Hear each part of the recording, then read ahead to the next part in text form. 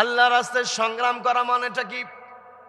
পবিত্র কোরআনের 3 নম্বর সূরা সূরা আলে ইমরানের 110 নম্বর আয়াতে আল্লাহ রাব্বুল আলামিন আমাদেরকে ডাক দিয়ে বলছেন, কুনতুম খায়রা উম্মাতিন উখরিজাত লিন-নাসি তা'মুরুনা বিল মা'রুফি ওয়া তানহাউনা আনিল মুনকারি ওয়া তু'মিনুনা বিল্লাহ।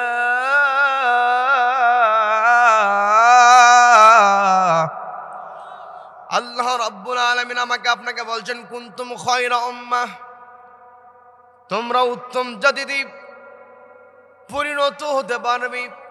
তোমরা উত্তম জাতি, উখরিজাত লিন-নাস, তোমাদেরকে বের করে নিয়ে আসা হয়েছে মানুষের জন্য। তার মানে এই পৃথিবীতে আমার আপনার দায়িত্ব হলো, আমি আপনি যদি নিজেকে উত্তম বানাতে চাই, আমি আপনি যদি নিজেকে শ্রেষ্ঠ বানাতে চাই, আল্লাহ বললেন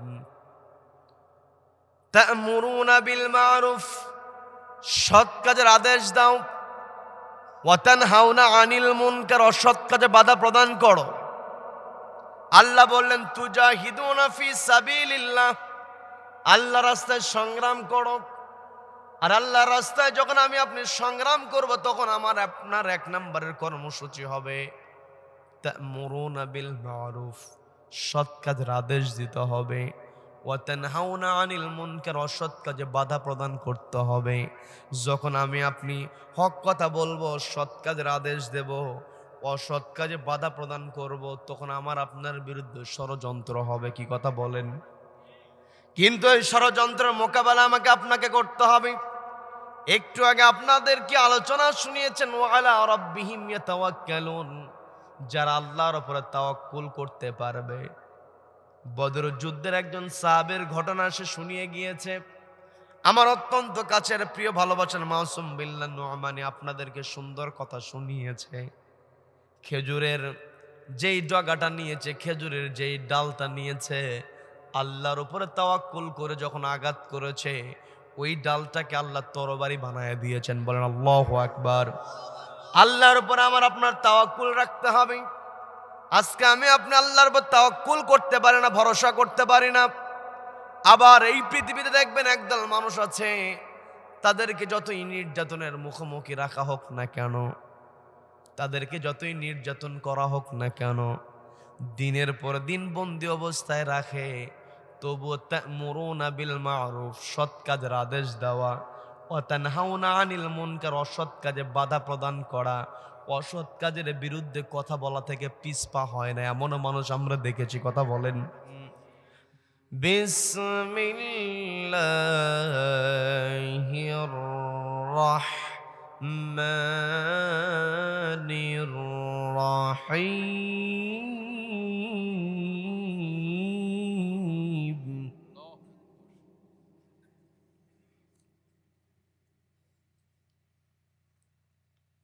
ইয়া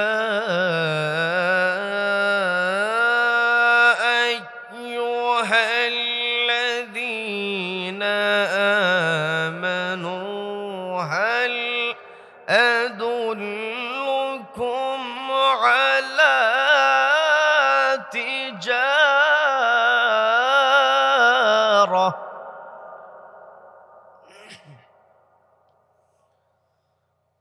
على تجارة تنجيكم من عذاب أليم।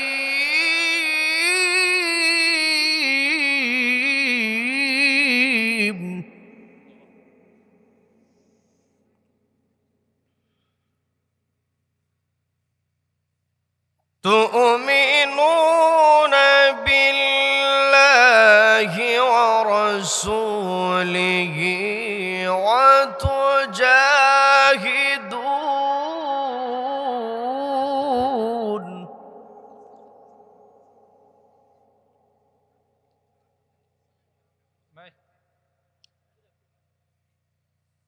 وتجاهدون في سبيل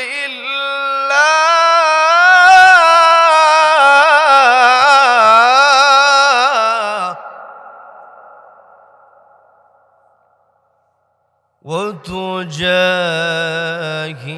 وتجاهدون في سبيل الله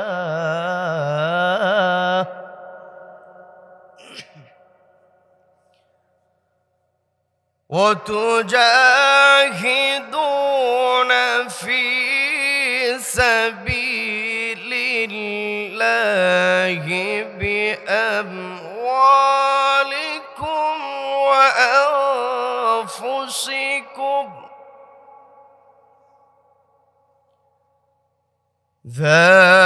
ذلكم خير لكم إن كنتم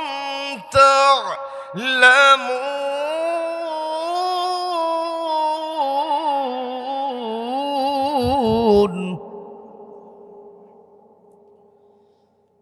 الله أكبر بسم الله الرحمن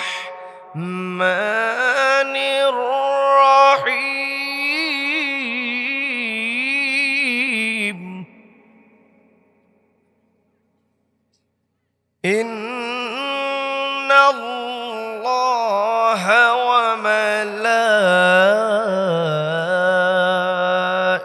وملائكته يصلون على النبي يا أيها الذين آمنوا صلوا عليه وسلموا تسليما اللهم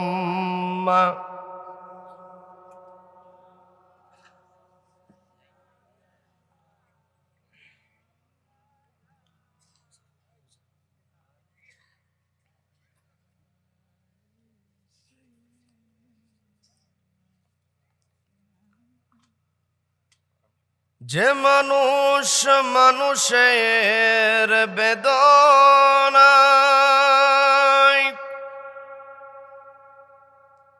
কেঁদেছিলেন জীবন মদিনায়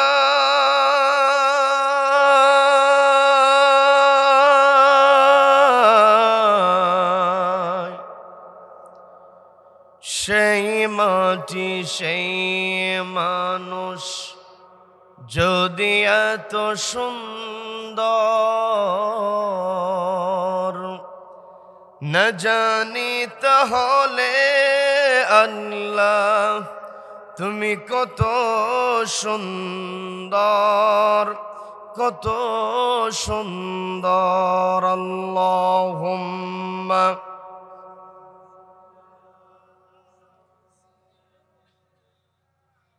مولانا محمد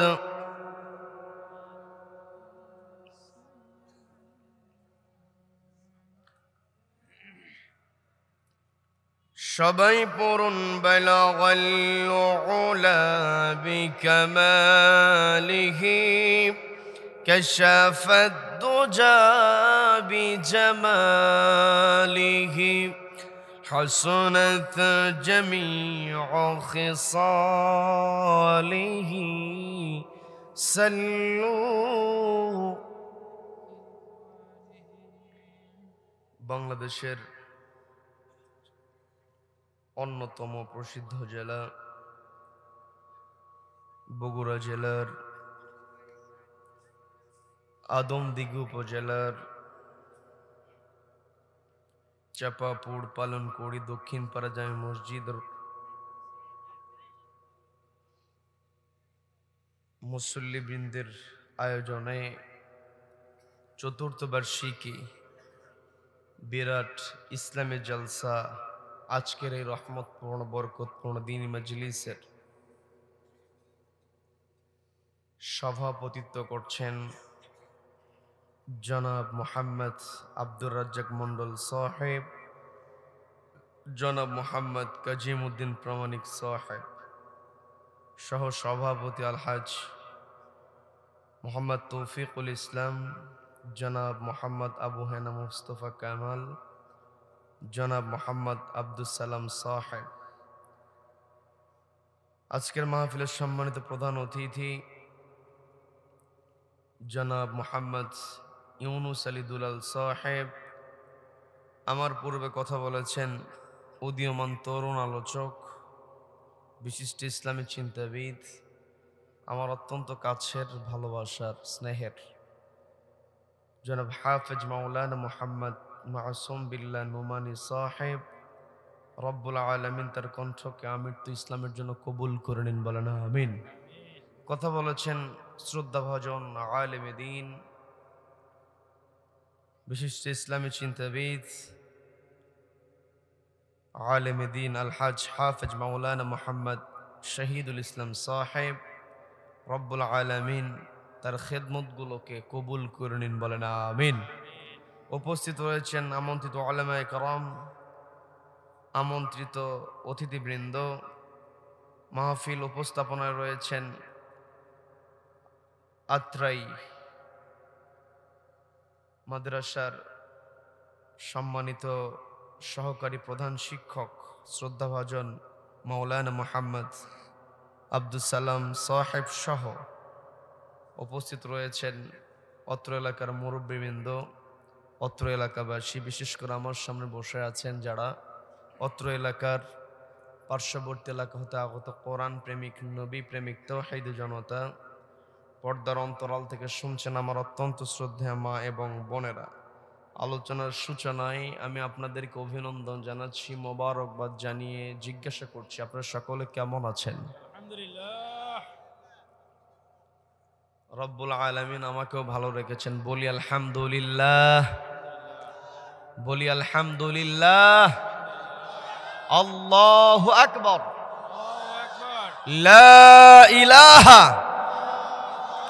ইল্লাল্লাহু, আল্লাহু আকবার, ওয়ালিল্লাহিল হামদ, ওয়ালিল্লাহিল হামদ। আমরা কৃতজ্ঞতা আদায় করলাম কার? জীবনের প্রত্যেকটা ক্ষেত্রে প্রশংসা করতে হবে একজনের, তিনি কে? আমাকে আপনাকে সৃষ্টি করেছেন কে? Allah is the creator of all creations. যত সৃষ্টি আছে সব সৃষ্টির স্রষ্টা হলেন রব্বুল আলামিন। কাজেই প্রশংসা আমার আপনার করতে হবে কেবল আল্লাহরই। কি কথা বলেন? কি কথা বলেন? এই জন্য মুমিনের জীবনে সব সময় প্রশংসা আছে না নেই? আপনার মাইক এটাই সর্বোচ্চ নাকি? আপনি যে গরম দেখালেন যে আপনি বুঝবেন না। দাঁড়ান দাঁড়ান, আমি কথা বলতেছি। আপনি ওনাকে যে বললেন ঠিক করার জন্য, উনি বলল আপনার গরমে আপনার ধনী খাচ্ছি। আচ্ছা, গাছ আছে। আপনাদের এই খুঁটির সাথে দিয়ে দিতেন, আপনি এই খুঁটির সাথে দিতেন, এই খুঁটির সাথে দিতেন, ওই খুঁটির সাথে দিতেন। আচ্ছা, যা হয়েছে আলহামদুলিল্লাহ, বলে আলহামদুলিল্লাহ। চেষ্টা করেছেন। কেউ কি চায় যে আমার খারাপ হোক? এটা চায়? উনি সর্বোচ্চ চেষ্টা করেছেন, কিন্তু আরো ভালো হতো যদি উনি আরেকটু গোছাতে পারতেন। সুযোগ তিনি পান নাই। যা হয়েছে বলে আলহামদুলিল্লাহ। অবস্থা তো আমার, খবর যা হয় হোক আমার উপর দিয়ে হয়ে যাবে। কি রব্বুল আলামিন আমাদের সকলকে সবকিছু সহজ করে দিন, বলে না আমিন। সম্মানিত দিনী ভাইরা, যেই কথা বলছিলাম, আমার আপনার জীবনের প্রত্যেকটা সময় আমার আপনার দায়িত্ব হলো রব্বুল আলামিনকে স্মরণ করা। রব্বুল আলামিনের প্রশংসা আমার আপনার জন্য বাধ্যতামূলক করে দিয়েছেন কে? আমি আপনি যখন নামাজের জন্য দাঁড়িয়ে যাই, আল্লাহু আকবার বলি, হাতটা যখন বেঁধে ফেলি, এই তাকবীরটাকে বলা হয় তাকবীরে তাহরিমা। তার মানে দুনিয়ার সমস্ত কাজগুলোকে এই তাকবীর দ্বারা হারাম করতে হবে। কি কথা বলেন? নামাজে দাঁড়িয়ে দুনিয়ার চিন্তা করা যাবে নাকি? তার মানে দুনিয়ার সব কিছুকে আমি আপনি নিষিদ্ধ করে আল্লাহু আকবার বললাম, বলার সঙ্গে সঙ্গে হাতটা বেঁধে ফেলেছি, এরপরে পাঠ করতে হয় সানা। ওই সানার মধ্যে আল্লাহর প্রশংসা আছে না নেই? এরপরে আমি আপনি শুরু করে দেই আলহামদুলিল্লাহি রাব্বিল আলামিন।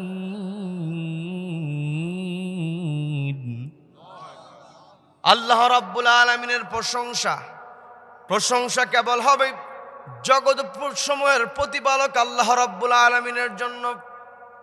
এই জায়গাটি আলহামদু আলিফ লাম দ্বারা নির্দিষ্ট করে দেওয়া হয়েছে। যারা উলামায়ে কেরাম আছেন তারা সহজেই বুঝতে পারবেন। আরবিতে কোনো কিছুকে নির্দিষ্ট করতে হলে ওই আরবি শব্দের পূর্বে আলিফ লাম বসাতে হয়। ইংরেজিতে যেমন দা ব্যবহার করা হয়, আর্টিকেল দা আছে না নাই? আরবিতে এটাকে বলা হয় মাআরিফার যেই চিহ্ন। সেই দিকে আমি যাব না, বিস্তারিত কথা বলবো না, কিন্তু বোঝানোর জন্য বলছি। সমস্ত প্রশংসা জগতের সময়ের প্রতিপালক রব্বুল আলামিনের জন্য, যে রব্বুল আলামিন আমাকে আপনাকে সৃষ্টি করেছেন। পৃথিবীতে যত সৃষ্টি আছে আমার আপনার চাইতে শ্রেষ্ঠ কোনো সৃষ্টি আছে নাকি? আমরা হলাম আশরাফুল মাখলুকাত। আমাকে আপনাকে আল্লাহ রাব্বুল আলামিন শ্রেষ্ঠ সৃষ্টি বানিয়েছেন। এই শ্রেষ্ঠত্ব আমি আপনি তখনই ধরে রাখতে পারব যখন আমি আপনি কৃতজ্ঞতা আদায় করব। কারণ আল্লাহ হলেন রব্বুল আলামিন। সেই রবের কালাম থেকে কথা শোনার জন্য আমরা আসতে পেরে খুশি না বেজার? সবাইকে বলতে হবে খুশি না বেজার? আপনাদের একটু কথা বলতে হবে, বিরক্ত হবেন নাকি? আমি যখন কোরআন তেলাওয়াত করছিলাম, একেতে মাইকের অবস্থা খারাপ, আবার আপনাদের কোন আল্লাহু আকবার নাই। এরপরে কি আল্লাহু আকবার বলতে পারবেন নাকি? ইশারা দিলে হয় যে তাই তো মুরব্বি একের কথা বলেছে আল্লাহু আকবার, তার মানে ইশারা দিব, আপনারা তাকবীর দিবেন। ঠিক আছে তো? ইনশা সম্মানিত দিনী ভাইরা, আমরা শুনতে এসেছি আল্লাহর কালাম। এই আল্লাহর কালামের মধ্যে কোনো সন্দেহ আছে নাকি? লা রাইবা ফি, দেয়ার ইজ নো ডাউট। কোরআনের মধ্যে কোনো সন্দেহ নাই। এই সন্দেহমুক্ত কিতাব রব্বুল আলামিন আমাকে আপনাকে দিয়েছেন। এই কোরআনের মধ্যে এমন কোনো বিষয় নাই যা আল্লাহ তুলে ধরেন নাই। তিবিয়ানান লিকুল্লি শাই। আমার আপনার জীবনে যা যা দরকার সব কিছু আল্লাহ কোরআনে তুলে ধরেছেন। এই কোরআন দিয়ে রাষ্ট্র কেমন করে পরিচালনা করতে হবে, এই কোরআন দিয়ে ব্যক্তিগত জীবনকে কেমন করে সাজাতে হবে, এই কোরআন দিয়ে পারিবারিক জীবন কেমন করে সাজাতে হবে, কোরআনের মধ্যে আছে না নাই? পারিবারতে পারে না, কি কথা বলেন? আবার অনেকে সাহসী আছে, সেই দিকে যাব না। অল্প বয়সী সাহাবী শোনার সঙ্গে সঙ্গে নবীজির সামনে হাজির হয়েছেন। নবীজি জিজ্ঞাসা করছেন, কি ব্যাপার, তুমি কি যুদ্ধের ময়দানে যেতে চাও নাকি? রাফি ইবনে খাদিজ বলছেন, ইয়া রাসূলুল্লাহ, ইয়া হাবিবাল্লাহ, আপনি যদি আমাকে অনুমতি দেন আমি তাহলে যেতে চাই। নবীজি বললেন, আমি তোমাকে তো এই মুহূর্তে অনুমতি দেব না। তুমি অল্প বয়সী, যুদ্ধে যাওয়ার সময় এখনো তোমার হয় নাই, অতএব তোমার কোনো অনুমতি নাই। অনুমতি যখন পায় নাই তখন মনটা খারাপ হয়েছে। নবীজি সান্ত্বনা দিয়ে বলছেন, মন খারাপের কোনো কারণ নাই। তুমি যুদ্ধে যাওয়ার জন্য যে নিয়তটা করেছ, আকাঙ্ক্ষা করেছ, এই নিয়ত করার কারণে আল্লাহ তোমার আমল নামায় সব যুক্ত করে দিয়েছেন। বলেন না সুবহানাল্লাহ? তার মানে ভালো কাজের নিয়ত করলেও সব আছে। বলেন আল্লাহু আকবার। সম্মানিত বন্ধুগণ, ওই সাহাবী সান্ত্বনা পাওয়ার পরে বাড়ি ফিরে গিয়েছেন। নবীজি যুদ্ধের ময়দানে গেলেন। আমার পূর্বে আমার স্নেহের মাসুম বিল্লাহ সুন্দর কথা বলেছে, বিজয় লাভ করে নবীজি যখন বদর প্রান্তর থেকে মদিনায় চলে আসলেন, মুসলমানদের মধ্যে আনন্দের বন্যা। কি কথা বলেন? ওই লেডি ফেরাউন এমন কনফিডেন্স ছিল, সাংবাদিকেরা প্রশ্ন করেছে আপনি নাকি পালিয়ে গেছেন। ও বলতেছে আমি পালাই না, আমি বঙ্গবন্ধুর কন্যা, আমি পালাই না। বলেছে কি বলে নাই? অহংকার করেছে। 45 মিনিটের সময় পায় নাই। চূড়ান্ত বিষয় তো আমরা দেখি নাই, যতটুকু আমাদেরকে জানানো হয় ততটুকু আমরা জানি। সেখানে তারও বড় কিছু হতে পারে, কানও তো ধরাতে পারে। কি কথা বলেন? যারা কান ধরাবে তারা কি আমাদেরকে বলবে নাকি? যেইটুক বলেছে তাতেই আমরা খুশি। কি কথা বলেন? গোটা দেশের মধ্যে খুশির বন্যা। কি কথা বলেন? যখন এই জগদ্দল পাথর আমাদের সামনে থেকে সরে গেছে, আমরা আনন্দিত হয়েছি। নবীজির সাহাবীরা বিজয় লাভ করার পরে তারা আনন্দিত হয়েছে। কিন্তু যারা আসলে মুসলমানদেরকে সহ্য করতে পারে না, মুসলমানদেরকে যারা মেনে নিতে পারে না, ওরা কিন্তু খুশি হয় না। কি কথা বলেন? ওই কাফেররা খুশি হতে পারে নাই। তৎকালীন সময়ের পরাশক্তি যারা ছিল, রোম পারস্য, তারা ওই মক্কার কুফফারদেরকে বারবার বলতেছিল তোমরা কাদের কাছে হেরে গেছো? যাদের খাবার নাই, যাদের অস্ত্র নাই, যাদের ট্রেনিং নাই, এদের কাছে তোমরা হেরে গিয়ে তোমাদের মান সম্মান তো শেষ হয়ে গেল। কাজেই আবার সোজা হয়ে দাঁড়াও, আবার আক্রমণ করো। এই যে লেডি ফেরাউন পালিয়ে যাওয়ার পরে কিছু কিছু মানুষ বলে আগেই ভালো ছিলাম, এমন স্লোগান দেওয়ার লোক আছে না নাই? আগে তো ভালো থাকবে, কারণ আগে মানুষের টাকা ঘুরাইয়া পেশা নিজের পকেটের মধ্যে ঢুকাইছে। কি কথা বলেন? কি কথা বলেন? এখন তো আর করতে পারছে না, ওরা তো আগেই ভালো থাকবে। কি কথা বলেন? কিন্তু আগে ভালো ছিল, জোর করে তারা ভালো ছিল। জোর করে কোনো কিছু আদায় করা যায় না। কথা বলেন ঠিক কিনা? এই জন্য আমাকে আপনাকে সচেতন হতে হবে। দেখবেন আমাদের পাশে যেই পরাশক্তি ভারত বারবার উস্কানি দেয়, আর আগেই ভালো থাকা মানুষগুলো কোনো সময় আনসার লীগ হয়ে যায়। কি কথা বলেন? আবার কোনো সময় রিক্সা লীগ হয়। কি কথা বলেন? আবার কোনো সময় ইসকনের কাদের উপরে ভর করে হিন্দু লীগ হয়েছে। কি কথা বলেন? হিন্দু ভাইদেরকে কষ্ট দেওয়ার জন্য কথা বলছি না, ওদেরকে ওরা ট্রাম্প কার্ড হিসেবে ব্যবহার করে। কথা বলেন? কি কথা বলেন? এই যে দীর্ঘ 16টা বছর ওরা ছিল, কোন হিন্দু ভাইদেরকে সঠিক বিচার ওরা দেয় নাই। কি কথা বলেন? বরং হিন্দু ভাইদের উপর ওরাই আক্রমণ করেছে, ওরাই ট্রাম্প কার্ড ব্যবহার করেছে। কি কথা বলেন? কিন্তু চোরের 10 দিন, গেরস্তের ধরা পড়ে গেছে। কি কথা বলেন? সেজেছে আনসার লীগ, সেজেছে গুজব লীগ, সেজেছে কি ওই ইসকন লীগ, সর্বশেষ তাবলিগ জামাতের উপর ওভার করেছে, সাদ লীগও সেজেছে। কি কথা বলেন? কি কথা বলেন?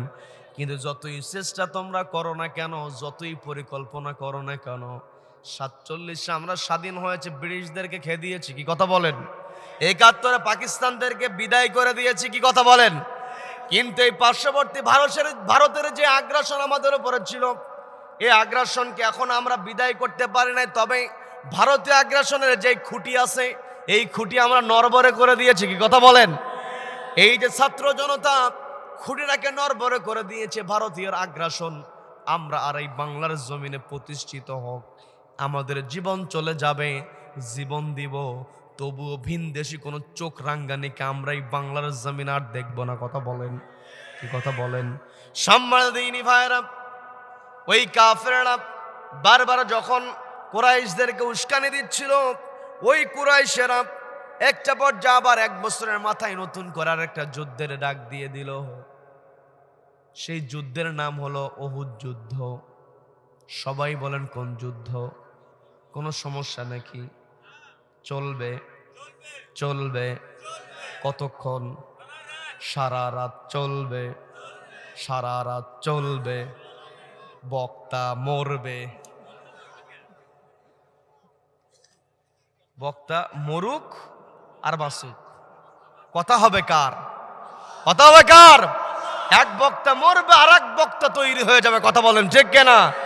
যতদিন পর্যন্ত পূর্ব দিগন্ত সূর্য উদিত হয়ে পশ্চিম আকাশে অস্ত যাবে, ততদিন পর্যন্ত কোরআনের কথা হবে। কোন কোরআন বিদ্বেষী কোরআনকে থামাতে পারবে না। কারা কারা মতের পক্ষে আছেন, দু হাত আল্লাহকে দেখান। তাকবীর দেওয়ার কেউ নাই? নারে তাকবীর, নারে তাকবীর। মাঝখান থেকে একজন ধরেন তো দেখি, পারে না?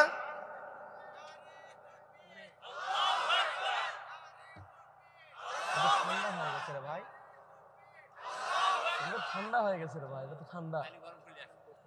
নারে তাকবীর, সবাই নারে তাকবীর। আল কোরআনের আলো, আল কোরআনের আলো, ঘরে বাইরে জালো, ঘরে বাইরে জালো, সব জায়গায় জালো, সংসদে জালো, আদালতে জালো। নারে তাকবীর। সম্মানিত দিনী ভাইরা, যে কথায় ছিলাম, নবীজি সাহাবীদেরকে সংগ্রহ করছেন। কারা যুদ্ধের ময়দানে যাবে? বদর যুদ্ধের সময় 14 বছর বয়সী সাহাবী রাফি ইবনে খাদিজ অনুমতি পায় নাই। 1 বছর পরে যখন উহুদ যুদ্ধের ডাক এসে গেল, উহুদ যুদ্ধের ডাক যখন চলে এসেছে, নবীজি আবার কি করলেন?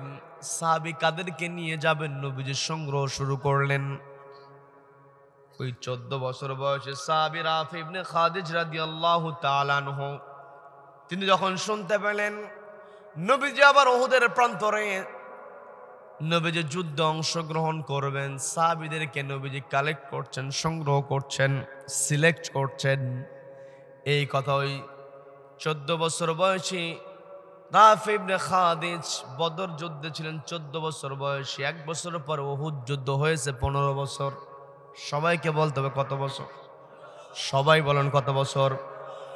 15 বছর বয়স যখন হয়েছে, রাফি ইবনে খাদিজ রাদিয়াল্লাহু তাআলা আনহু যখন শুনতে পেলেন উহুদের প্রান্তরে নবীজি আবার যাবেন, সাহাবীদেরকে নবীজি সংগ্রহ করছেন, অনুমতি দিচ্ছেন। ওই সাহাবী নবীজির সঙ্গে সাক্ষাৎ করবেন, পথ চলা শুরু করলেন। হঠাৎ করে তার মনে হয়ে গেল, 1 বছর পূর্বে তো আমি অনুমতি পাই নাই, বয়স আমার কম। 1 বছরে তো আমার তেমন দেহের কোনো পরিবর্তন হয় নাই, তেমন তো আমি বড় হই নাই। এই অবস্থায় যদি নবীজির কাছে যাই, নবীজি যদি আমাকে অনুমতি না দেন, তাহলে তো যেতে পারবো না। তিনি চলে গেছেন তার মামার কাছে। মামাকে গিয়ে বলছেন, মামা, আমি যে ভালো তীর নিক্ষেপ করতে পারি, এটা কি আপনারা জানা আছে নাকি? মামা বলছে, তুমি যে ভালো তীর নিক্ষেপ করতে পারো এটা আবার অজানা কি? এটা তো সবাই জানে, কিন্তু আজকে হঠাৎ করে আমাকে জিজ্ঞাসা করার কারণটা কি? ওই রাফি ইবনে খাদিজ রাদিয়াল্লাহু তাআলা খুলে বললেন, অল্প বয়সের কারণে নবীজি আমাকে অনুমতি দেয় নাই। আমি আবার শুনলাম উহুদের ময়দানে নবীজি যাবেন। আমার তো ইচ্ছা, তুজাহিদুনা ফি সাবিলিল্লাহ, আল্লাহর রাস্তায় সংগ্রাম করা, বিআমওয়ালিকুম ওয়া আনফুসিকুম, আমি আমার জীবন দিয়ে আল্লাহর রাস্তায় সংগ্রাম করতে চাই, কিন্তু বয়সের কারণে নবীজির কাছ থেকে আমি অনুমতি পাই না। আপনি আমার মামা, আপনি আমার অভিভাবক, আমার বয়স কম হতে পারে, কিন্তু আমি তো বড় মানুষের চাইতে ভালো তীর নিক্ষেপ করতে পারি। নবীজি যদি আমাকে বয়স কম হওয়ার কারণে অনুমতি না দেয়, বয়স আমার কম, যখন আমাকে বয়স কমের কারণে অনুমতি দেবে না, আপনি আমার অভিভাবক হিসাবে আমার কথা বলবেন, আমি ভালো তীর নিক্ষেপ করতে পারি। বয়স কম আমার, কিন্তু তীর নিক্ষেপের যোগ্যতা আমার বড় মানুষের চাইতে ভালো। আপনি আমাকে তীরন্দাজ হিসাবে নবীজির কাছে যদি উপস্থাপন করতে পারেন, নবীজি আমাকে বয়সের বিবেচনায় অনুমতি না দিলেও তীর নিক্ষেপকারী হিসেবে অনুমতি দেবে, বলেন আল্লাহু আকবার। সবাইকে বলতে বয়স কত? পর্দার মা বোনের কানটা খাড়া করে শোনেন। 15 বছর বয়সী সাহাবী যুদ্ধের ময়দানে যাবে, অথচ আপনি সন্তানকে এত ভালোবাসেন, শীতের মধ্যে ঠান্ডা পানি দিয়ে ওযু করবে, সন্তানের কষ্ট হবে, মা ডাক দেয় না? আছে না নাই? আছে না নাই? বাবা কি করছে? মসজিদে যায়, সন্তানের গায়ের উপর একটা কম্বল আছে, বাবা যেই কম্বল ব্যবহার করেছে পাশের ঘর থেকে আরেকটা ল্যাপ অথবা কম্বল সন্তানের গায়ের উপরে দিয়ে মসজিদে যায়। আছে না নাই? বয়স কিন্তু 17-18 হয়ে গেছে, বাবা চিন্তা করতেছে বয়স হোক এমনিতেই পড়বে। আছে না নাই? আছে না নাই? 14-15 বছর তো দূরের কথা, নবীজি বললেন 7 বছর বয়সে সন্তানকে নামাজের শিক্ষা দাও। 10 বছরের বয়স হয়ে গেলে সন্তান যদি নামাজ না পড়ে সন্তানকে বেত্রাঘাত করো। কয় হুজুর ওয়াজ করেন এতক্ষণ তো ভালোই ছিল, কাহিনী বলতেছিলেন ভালোই লাগলো, এখন আবার নামাজের ওয়াজ করেন কেন? কি কথা বলেন? আছে না নাই? কয় হুজুর ওয়াজ শুনতে রাজি আছি, নামাজ পড়তে পারবো না। আছে না নাই? নামাজ ছাড়া কখনো নিজেকে মুসলিম দাবি করা সম্ভব নয়। মুখে দাঁড়িয়ে আছে, আমি আপনি অনুমান করতে পারি লোকটা মুসলমান, কিন্তু গ্যারান্টি দিতে পারবো না। কি কথা বলেন? মাথায় টুপি আছে, গ্যারান্টি দিয়ে বলতে পারবো না লোকটা মুসলমান। লম্বা জামা দেখে গ্যারান্টি দিতে পারবো না, কারণ দেখবেন রবীন্দ্রনাথ ঠাকুর লম্বা দাঁড়িয়ে আছে না নাই? আবার কেজরিওয়াল ভারতের একটা দিল্লির মুখ্যমন্ত্রী ছিল, মাথার উপরে কিন্তু টুপি। কি কথা বলেন? কি কথা বলেন? আবার দেখবেন খ্রিস্টানদের পোপ ভ্যাটিকান সিটিতে যারা থাকে সবাই কিন্তু লম্বা লম্বা জামা পরে। আবার আমার কথাকে কেউ ভিন্ন দিকে নেবেন না, আমি দাড়িকে কখনো কটাক্ষ করি নাই। দাড়ি আপনি অবশ্যই রাখবেন, দাড়ি দিয়ে আপনাকে মুসলমান আপনি প্রমাণ করতে পারবেন না। আপনি অনুমান করাতে পারবেন, ধারণা দিতে পারবেন, টুপি দিয়ে আপনি বোঝানোর চেষ্টা করতে পারেন। এই টুপির দ্বারা নিজেকে মুসলিম বোঝানোর চেষ্টা আমি আপনি করতে পারি, জুব্বা দিয়ে বোঝানোর চেষ্টা করতে পারি। কিন্তু একটা ছেলে মাঠের মধ্যে খেলাধুলা করছে, আসরের নামাজের সময় মসজিদে আজান হয়েছে, খেলাটা বন্ধ করে দিয়ে ওর পরনে আছে 3/4 প্যান্টস, মাথায় তার টুপি নাই, হাফ হাতা গেঞ্জি পরেছে, অজু করে ওই মাঠের কোনায় দাঁড়িয়ে যদি নামাজ শুরু করে দেয়, আমার আপনার বুঝতে আর বাকি থাকবে না। যতই 3/4 পড়ুক, মাথায় যত টুপি না থাক, আমি আপনি চ্যালেঞ্জ দিয়ে বলতে পারবো ছেলেটা মুসলমান। কথা বলেন ঠিক কিনা? আবার তরুণ ভাইরা তোমরা 3/4 পরে নামাজ পড়ো না, যে হুজুর তো উদাহরণ দিয়েছে আমরা পড়বো, আমি জাস্ট বোঝানোর জন্য বললাম। কি কথা বলেন? তার মানে নামাজ ছাড়া বিকল্প কোনো কিছু নাই। পর্দারের মা বোনদের দৃষ্টি আকর্ষণ করে বলছি, মা, সন্তানকে যত ভালো স্কুলেই পড়ান না কেন, সন্তান যত বড়ই অফিসার হোক না কেন, সন্তান ক্লাসে ছাত্রের মধ্যে সবচাইতে মার্কস অর্জন করুক না কেন, আপনি প্রশংসা করেন আমার ছেলে ক্লাসে 1 রোল করেছে, আপনি প্রশংসা করেন আমার ছেলে বিসিএস পরীক্ষায় এবার ভালো ফল করেছে, ভালো একটা অফিসার হবে। আপনার প্রশংসা এমন হয় আমার ছেলে মেডিকেলে চান্স পেয়েছি, আমার ছেলে এইবার ইঞ্জিনিয়ারিং এ ভালো ফলাফল করেছে, এগুলো আপনি প্রশংসা করেন আর বুক ফুলে যায়। কি কথা বলেন? কি কথা বলেন?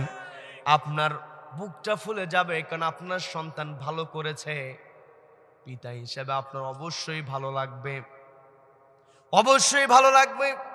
কিন্তু আপনার প্রশংসাটা হয় এমন, আমার সন্তান ক্লাসে 1 রোল সর্বোচ্চ মার্কস সে পেয়েছে, কিন্তু আমার সন্তানকে আমি এমন করে গড়ে তুলেছি, সন্তান আমার পড়াশোনা করছে, এমত অবস্থায় সন্তানের কানে যদি আজান চলে আসে, আমার সন্তান বইটা বন্ধ করে অজু বানিয়ে যায়, নামাজ নিয়ে দাঁড়িয়ে যায় কার সামনে?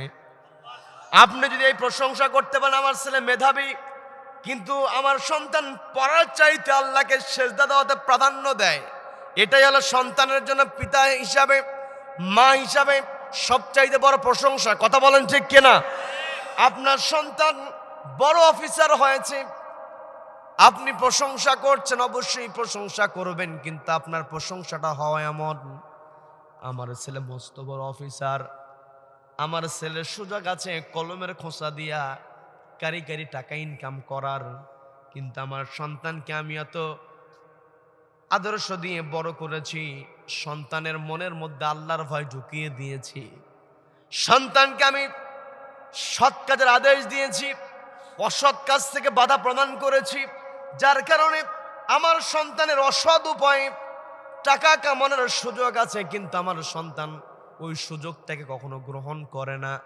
আমি আমার সন্তানকে সঠিক পথে পরিচালিত করেছি, যার কারণে আমার সন্তানের চেয়ার বড়, কিন্তু অবৈধ কোনো টাকা ইনকাম করে না। এটাই হলো মা হিসেবে বড় প্রশংসা। কথা বলেন ঠিক কিনা?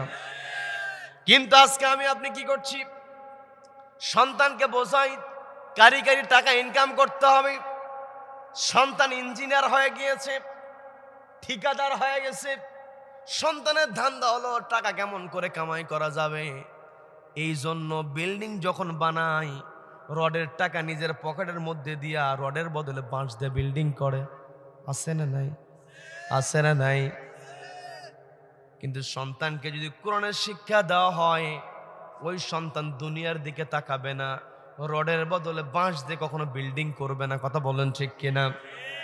এখন আমার দেশে রডের বদলে যারা বাঁশ দিয়ে বিল্ডিং করে, ওই সমস্ত ঠিকাদার, ওই সমস্ত ইঞ্জিনিয়ারদেরকে থামাতে হলে কোরআনের বিকল্প কোনো বিধান নাই। কথা বলেন ঠিক কিনা?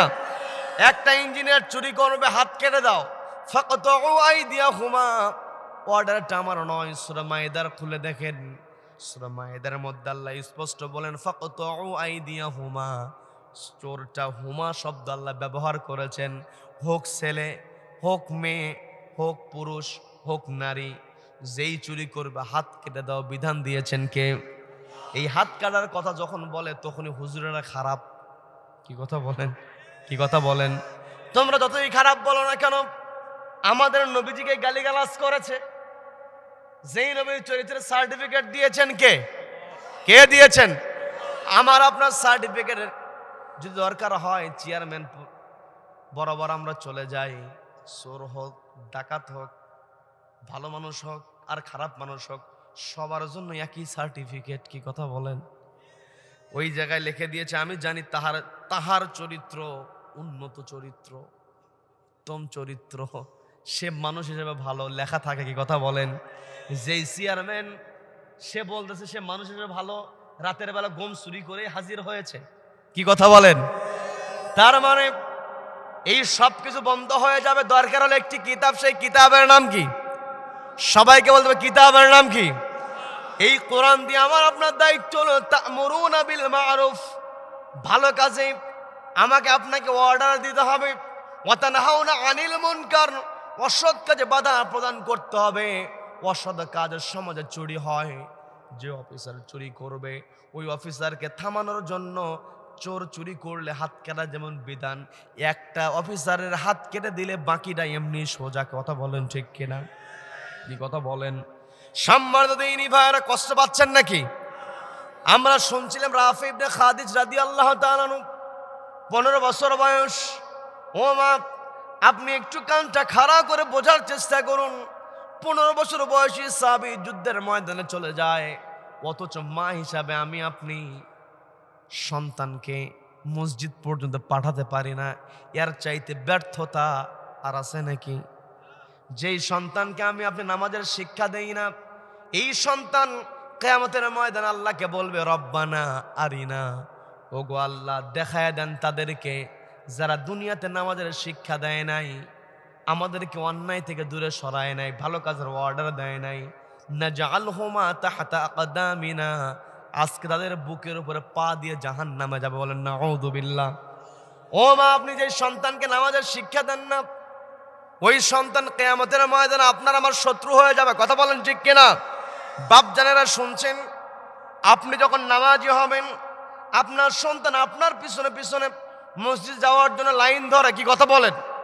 শুধু তাই নয়, মা যদি নামাজি হয়ে যায়, ওই নামাজি মাকে দেখে দেখে সন্তান এমন কাণ্ড ঘটিয়ে দেয়, মা নিজে নামাজ পড়বে, যায় নামাজ বিছিয়ে দিয়েছে, কিন্তু প্রত্যেক দিন নামাজ দেখতে দেখতে তার সেজদা এত ভালো লাগে, মায়ের সেজদা দেওয়া তো সে দেখে।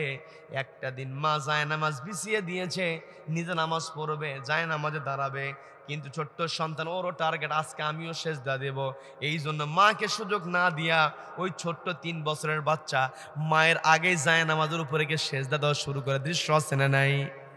কিন্তু মা, আপনি যদি নামাজ না পড়েন, আপনার 3 বছরের বাচ্চা কেমন করে সেজদা দেবে? কি কথা বলেন? এই জন্য মা, আপনাকে নামাজি হতে হবে, আপনাকে কোরআন তেলাওয়াত করতে হবে। আপনি যদি কোরআন তেলাওয়াত করেন, আপনার সন্তান আপনাকে দেখে দেখে কোরআন তেলাওয়াত করবে। এই জন্য মা, আপনাকে সচেতন হতে হবে। আমি মা বোনদের দৃষ্টি আকর্ষণের জন্য করছি, কারণ নবীজিকে ইসলামের দাওয়াত দেওয়ার ক্ষেত্রে শুরুর দিকে নবীজির উপর অত্যাচার হয়েছে। নবীজিকে পাশে থেকে সবচাইতে বেশি যিনি সহযোগিতা করেছিলেন তিনি হলেন খাদিজাতুল কুবরা রাদিয়াল্লাহু তাআলা আনহা। কথা বলেন ঠিক কিনা?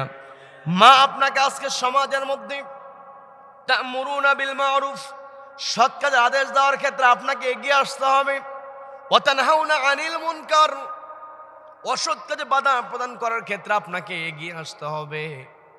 বন্ধুগণ, যে কথাই ছিলাম, নবীজির সাহাবী রাফি ইবনে খাদিজ মামাকে সবকিছু খুলে বললেন। মামা ভাগিনা চলে গিয়েছেন নবীজির সামনে। নবীজি ওই রাফি ইবনে খাদিজ রাদিয়াল্লাহু তাআলাকে দেখার পরে মুস্কি হাসি দিয়ে দিলেন। নবীজির চেহারার মধ্যে সবসময় মুস্কি হাসি থাকতো। কি কথা বলেন? এমন একটা জীবন ব্যবস্থা আমরা পেয়েছি। ইসলাম কিন্তু গতানুগতিক কোনো ধর্মের নাম নয়, এটা হলো the complete code of life. আমার আপনার জীবনে যা কিছু দরকার সবই কোরআনের মধ্যে, ইসলামের মধ্যে, নবীদের মধ্যে ঢুকিয়ে দিয়েছেন কে? সবাইকে বলতে হবে, ঢুকিয়ে দিয়েছেন কে? আমার আপনার নবীজির জীবনে কোনো কিছু গোপন আছে নাকি? সব কিছু প্রকাশিত। আমার আপনার নবীজি উত্তম চরিত্রের অধিকারী, তিনি প্রমাণ করেছেন ইসলাম মানলে কোনো কিছু গোপন করার দরকার হয় না। বলেন আল্লাহু আকবার। নবীজির সাহাবী রাফি ইবনে খাদিজ মামার সঙ্গে যখন হাজির হয়েছেন, নবীজি দেখে মুস্কি হাসি দিলেন। নবীজি কিছু বলার আগেই ওই সাহাবীর মামা গিয়ে বলছে, ইয়া রাসূলুল্লাহ, ইয়া হাবিবাল্লাহ, আমার ভাগিনা বয়স কম, আপনার কাছে বয়স কম মনে হতে পারে, আসলে তো বয়স কম, আপনি তাকে অনুমতি নাও দিতে পারেন, তবে আমি আপনার কাছে এসেছি একটা বিষয় সুপারিশ করার জন্য। সেটা হলো, আমার ভাগিনা বয়সে ছোট হলেও সে বড় মানুষদেরকে তীরের যে তীর ধনুকের খেলায় পরাজিত করে দেয়। বড় মানুষেরাও এর সঙ্গে তীর নিক্ষেপ করে জিততে পারে না। আপনি যদি আমার ভাগিনাকে উহুদের প্রান্তরে যাওয়ার জন্য অনুমতি দিয়ে দেন, ও তীর নিক্ষেপ করে কাফেরদেরকে ধরাশায়ী করে দেবে। আল্লাহু আকবার, আল্লাহু আকবার। যেমন মামা তেমন ভাগিনা। কি কথা বলেন? আর বর্তমানের গুলো উল্টা। মামা ভাগিনাকে বলে, দেখো তো ওখানে একটু কৌশল করেছে, কিছু কামাই করা যায় নাকি? বলে কি বলে না? বলে কি বলে না? আজকে যেই মামাগুলো, যেই বড় বড় মামাগুলো ছোট ছোট ভাগিনাকে ব্যবহার করেছে, ওই মামাগুলোকে ইঁদুরের গর্তের মধ্যেও খুঁজে পাওয়া যাচ্ছে না। কথা বলেন ঠিক কিনা? আমাদের কোরআনের পাখি বলেছিল, একটা সময় আসবে ইঁদুরের গর্তও তোমরা খুঁজে পাবে না। ঠিকই হয়েছে। কি কথা বলেন? আমাদের কোরআনের পাখি বলেছিল, সময় আসবে একটু ঝাঁকা দেবে জনগণ, দিল্লিতে গিয়ে পড়বার ঠিকই পড়েছে। কি কথা বলেন? তারপর দিল্লি স্বীকার করতে চায় না। কি কথা বলেন? তার মানে আমার আপনার কাছে দুনিয়ার বিষয়টা স্পষ্ট হয়ে গিয়েছে। এই দুনিয়াতে সম্মান যদি চাই, কোরআনের পক্ষেই থাকতে হবে। বন্ধুগণ, নবীজির সাহাবী রাফি ইবনে খাদিজ মামা দুইজন মিলেই নবীজির কাছ থেকে অনুমতি নিয়ে নিলেন। রাফি ইবনে খাদিজ রাদিয়াল্লাহু তাআলা অনুমতি পেয়ে যুদ্ধের ময়দানে চলে গিয়েছেন। যুদ্ধের ময়দানে গিয়ে উহুদের প্রান্ত থেকে তিনি বারবার তীরগুলো নিক্ষেপ করছিলেন। তার ছুড়ে দেওয়া তীরগুলো কাফেরদেরকে ধরাশায়ী করছিল। এক এক করে কাফেরকে দুনিয়া থেকে তিনি বিদায় করছেন। বলেন আল্লাহু আকবার, বলেন আল্লাহু আকবার। তার নিক্ষেপ করা তীরগুলো লক্ষ্যভ্রষ্ট হয় না, একেবারে সফলতার সাথে আঘাত করে ফেলে। এই দৃশ্যটা দেখেছে একজন কাফের, লক্ষ্য করে দেখলো এই যে তীর নিক্ষেপ করছে, এই তীরগুলো তো ব্যর্থ হয় না। কাজেই একে আগে সাইজ করতে হবে, বলেন নাউযুবিল্লাহ। একে আগে আঘাত করতে হবে। আরো কয়েকজন মিলে একেবারে টার্গেট বানালো নবীজির ওই 15 বছর বয়সী সাহাবী রাফি ইবনে খাদিজকে। তাকে লক্ষ্য করে কয়েকজন মিলে যখন তীর নিক্ষেপ করছে, একের পর এক তীর চলে আসে। ছোট্ট সাহাবী তীর থেকে নিজেকে বাঁচান, আবার তীর নিক্ষেপ করেন। এইভাবে চলতে চলতে উপর্যুপরি ছোট্ট মানুষ একটা পর্যায়ে নিজেকে আর তিনি বাঁচাতে পারলেন না, রক্ষা করতে পারলেন না। ওই কাফেরদের মধ্য থেকে ছুটে আসা তীর ওই রাফি ইবনে খাদিজার বুকের পঞ্জরের মধ্যে, তার দেহের মধ্যে ঢুকে গেল। ছোট্ট মানুষ জমিনের মধ্যে পড়ে গিয়েছেন, রক্ত ঝরছে। দুঃসংবাদটা ওদের প্রান্তরে ছড়িয়ে পড়ল। ওহুদের প্রান্তরে যখন ছড়িয়ে পড়েছে, নবীজির কান পর্যন্ত দুঃসংবাদটা পৌঁছে গিয়েছে। নবীজি বলছেন, আমার রাফে তীরবিদ্ধ হয়েছে, কোথায় কিভাবে আছে আমার একটু দেখতে মন চায়, বলেন আল্লাহু আকবার। নবী যদি কাউকে দেখতে চান, তার চাইতে সফল ব্যক্তি আর কেউ হতে পারে নাকি? নবীজি বললেন, তোমরা কে আছো? আমি একটু রাফি ইবনে খাদিজকে দেখতে চাই, আমার সামনে একটু হাজির করা হোক। রাফি ইবনে খাদিজ রাদিয়াল্লাহু তাআলা আনহুকে নবীজির সামনে হাজির করা হলো। কোলে করে যখন নবীজির সামনে এনে নবীজির সামনে বসায় দেবে, নবীজি বলছেন, তোমরা এখানে শোয়াও না, আমার কাছে নিয়ে আসো। ওই রাফি ইবনে খাদিজার মাথাটা আমার কোলের মধ্যে, আমার উরুর মধ্যে রেখে দাও, বলেন আল্লাহু আকবার। ছোট্ট সাহাবী নবীজির উরুর উপরে মাথা রাখতে পারলেন, চোখ বেয়ে অঝরে পানি পড়ছে। নবীজি বলছেন, ও রাফি, কি দরকার ছিল যুদ্ধের ময়দানে আসার? আমি তো অনুমতি গত বছরে তোমাকে দেই নাই, এই বছরে মামার মাধ্যমে অনুমতি নিয়েছ। আজকে তীরবিদ্ধ হয়েছ, কষ্ট হচ্ছে, কান্নাকাটি করছো। তোমার যদি আজকে এই যুদ্ধে তুমি না আসতে, তাহলে তোমার শরীরে তো তীরবিদ্ধ হতো না। কি দরকার ছিল? আমি তোমাকে বাধ্য করি নাই। আজকে বাড়িতে থাকলে তীরবিদ্ধ হতেন, এমন কষ্ট তোমার হতো না।